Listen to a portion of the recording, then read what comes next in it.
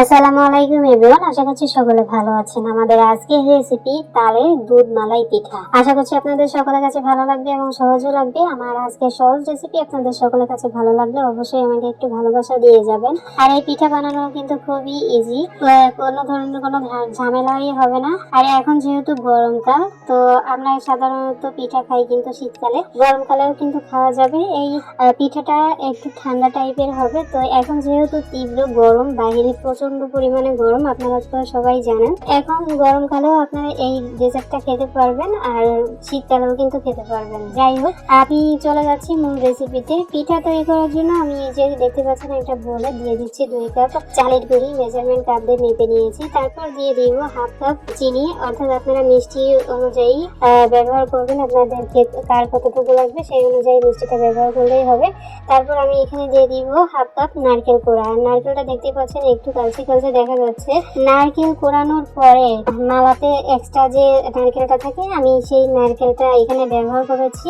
চামচ দিয়ে কুড়িয়ে কুড়িয়ে তারপরে নিয়েছি, এই জন্য এরকম কালারটা দেখা যাচ্ছে। আসলে নারকেলটা অনেক মিষ্টি ছিল, এই জন্য আমি আর বাদ দিইনি, আমি এখানে ব্যবহার করলাম পিঠেতে। তারপর দিয়ে দিব 1 চামচ লবণ।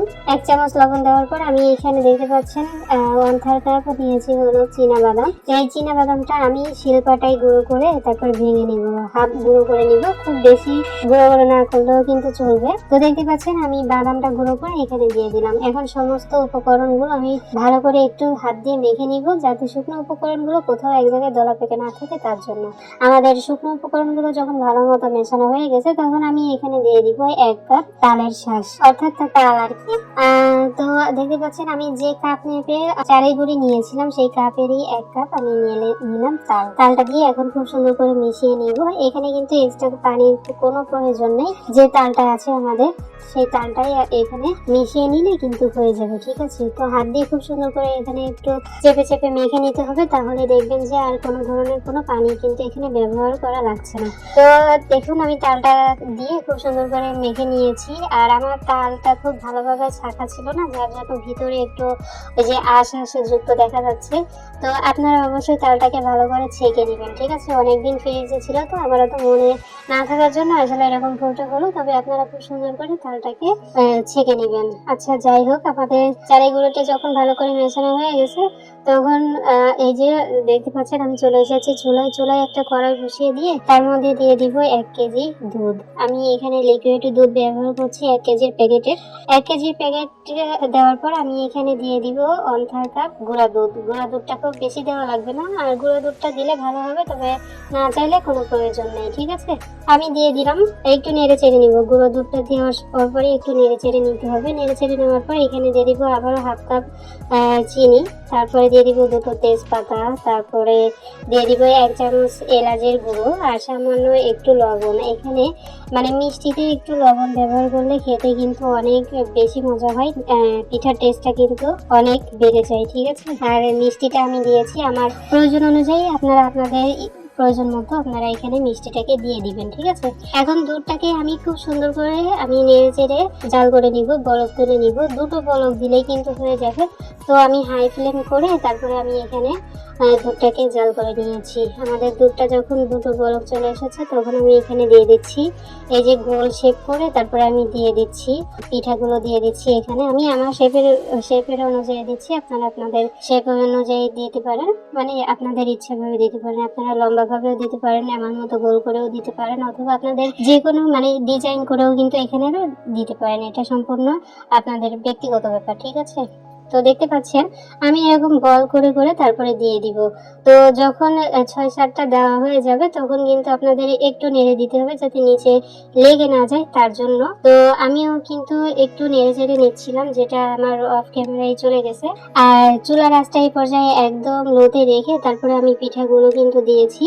আমাদের দুধটা যাতে খুব বেশি শুকিয়ে না যায় সেদিকে লক্ষ্য রাখতে হবে, সেদিকে লক্ষ্য রেখে আপনাদের পিঠাগুলো দিতে হবে, কারণ আমাদের পিঠা সিদ্ধ হতেও কিন্তু সময় লাগবে এবং সেই সাথে দুধটাও কিন্তু শুকিয়ে যাবে। ঠিক আছে, তো অবশ্যই একটু সাবধানের সঙ্গে কাজ করে নেবেন। আমাদের সমস্ত পিঠাগুলো যখন দেওয়া হয়ে গেছে, আচ্ছা এই পর্যায়ে আমি আপনাদেরকে বলে রাখি, আমার দুধের উপরে কিন্তু সর পড়ে গেছে, দেখতে পাচ্ছেন। তো তার মানে নিচ থেকে কিন্তু জাল জ্বলছে, একদম লো আছে আমি রেখে তারপরে পিঠাগুলো এখানে দিয়ে দিয়েছি। ঠিক আছে, এখন পিঠাগুলো যখন দেওয়া হয়ে যাবে তখন ভালো করে নেড়ে চেড়ে তারপরে এখানে ঢাকা দিয়ে দিতে হবে। 2 মিনিট পর পর আপনাদের পিঠাগুলো নেড়ে চেড়ে নিতে হবে যাতে নিচে কোনোভাবে লেগে না যায়, তার জন্য। আশা করি বুঝতেই পেরেছেন। তো ভিডিওর মধ্যে দেখতে পাচ্ছেন আমি একটু পর পর কিন্তু ঢাকা দিচ্ছি, আর ঢাকনা খুলে খুলে কিন্তু আমি নেড়ে চেড়ে নিচ্ছি, অর্থাৎ 2 মিনিট পর পর আমি নেড়ে চেড়ে দিচ্ছি যাতে আমাদের পিঠাটা পারফেক্টভাবে কুক হয়, তার জন্য। তো অলরেডি আমাদের পিঠাগুলো কিন্তু প্রায় হয়ে এসেছে। আমি প্রায় 10 মিনিট কিন্তু রান্না করে নিয়েছি। প্রথমে তো আমি একদম লো ফ্লেমে রেখেছিলাম, তারপরে আমি হাই ফ্লেমে করে দিয়ে তারপর আমি 10 মিনিট পিঠাগুলোকে কিন্তু রান্না করে নিয়েছি। আর এরই মধ্যে আমাদের পিঠাগুলো কিন্তু শক্ত হয়ে গেছে, যেহেতু চালের গুঁড়ি তাই কিন্তু শক্ত হয়ে গেছে। আচ্ছা, আর আমি বাদাম নারকেল কেন ব্যবহার করেছিলাম সেটা আমি আপনাদেরকে বলে দিচ্ছি। পিঠাগুলো যখন আপনারা খাবেন, পিঠার যখন আপনারা মুখে দেবেন, দাঁতের নিচে যখন পড়বেন নারকেল আর বাদাম, এইটা কিন্তু মানে খেতেই কিন্তু দুর্দান্ত একটা ফ্লেভার আসবে। তো আপনারা বাড়িতে অবশ্যই ট্রাই করবেন। ঠিক আছে, খেতে কিন্তু মাশাআল্লাহ অনেক সুন্দর হয়েছে, অনেক লোভনীয় হয়েছে। আর আমাদের দুধটাকে জাল করতে করতে কিন্তু দেখতে পাচ্ছেন একদম মালাই তৈরি হয়ে গেছে।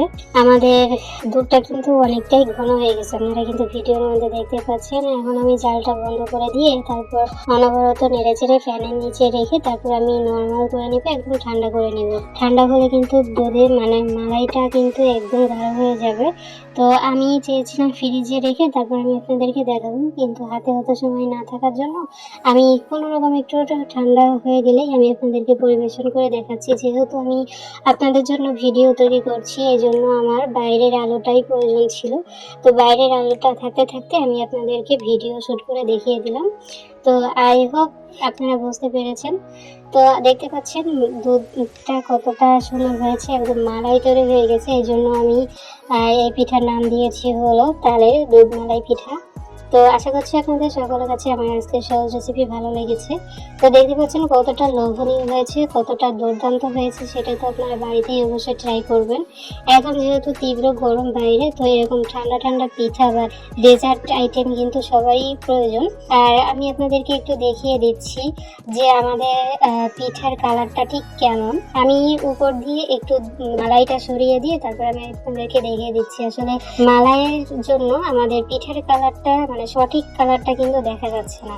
তো আমি আপনাদেরকে একটু ভেঙে শেয়ার করে দেখাচ্ছি যে আমাদের পিঠার ভিতরটাও কেমন হয়েছে। ঠিক আছে, যেহেতু চালের গুঁড়ো একটু শক্ত হয়ে গেছে, তবে খেতে কিন্তু মাশাআল্লাহ অসম্ভব মজার হয়। চালের গুঁড়োর খাবার খেতে কেমন হয় সেটা তো আপনারা সবাই জানেন। তো দেখতে পাচ্ছেন এরকম ভেঙে তারপরে একটু মালাই মেখে তারপরে আপনারা মুখে দিলে উফ দুর্দান্ত লাগবে। তো বাড়িতে অবশ্যই ট্রাই করবেন। ফাইনালি আমাদের আজকের রেসিপি এতটুকুই। কেমন লাগলো অবশ্যই লাইক কমেন্টস করে যাবেন, বন্ধুদের মাঝে অবশ্যই শেয়ার করে দিবেন। সবাই অনেক ভালো থাকবেন, সুস্থ থাকবেন। আমাদের পরবর্তী ভিডিও দেখার আমন্ত্রণ জানিয়ে আজ এখানে বিদায় নিচ্ছি। আল্লাহ হাফেজ।